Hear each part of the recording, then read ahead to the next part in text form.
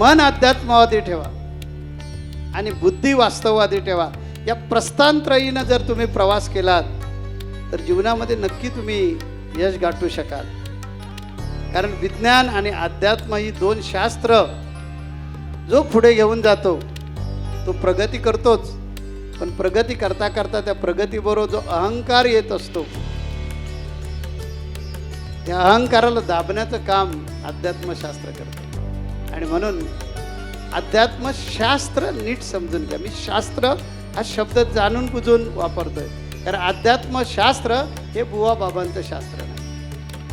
अध्यात्मामध्ये कुठं चेटूक नाटूक जंतर मंतर करणी करणं, भूत उठवणं, लागेराचा बाधावणं असं कुठेच अभिप्रेत नाही आहे. अध्यात्म हे शास्त्र आहे. अध्यात्मशास्त्र जाणून घेण्याचं, अनुभूतीचं शास्त्र, आणि विज्ञान हे शास्त्र सिद्धांतानं पटवून देण्याचं शास्त्र आहे.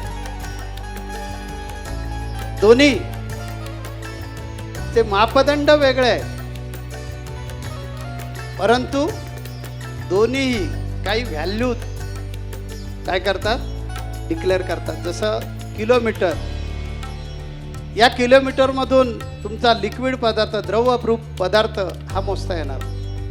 त्यासाठी गॅलन किंवा लिटर हेच परिमाण लावावं लागेल. आणि त्यामुळे अध्यात्म आणि विज्ञान या दोन गोष्टी अत्यंत महत्त्वाच्या आहेत. जीवनामध्ये यशस्वी व्हायचं असेल तर विज्ञानवादी पंख असले पाहिजेत. म्हणून मला कौतुक वाटलं कृषी महोत्सवाचं, आणि मी जाणूनबुजून तिथे गेलो आणि त्या महोत्सवाचं उद्घाटन केलं की लेटेस्ट टेक्नॉलॉजी जी आहे त्याची आवश्यकता आहे, त्यानेच विकास होणार आहे. आपल्या देशाची लोकसंख्या झपाट्यानं वाढते, परंतु जमीन वाढत नाही. आम्हाला क्वांटिटीमध्ये आणि क्वालिटीमध्ये दोन्ही ठिकाणी प्रगती करायला हवी. त्यामुळे आपल्याला काय केलं पाहिजे, आपली संस्कृती जपली पाहिजे, त्याचबरोबर विज्ञानही जपलं पाहिजे.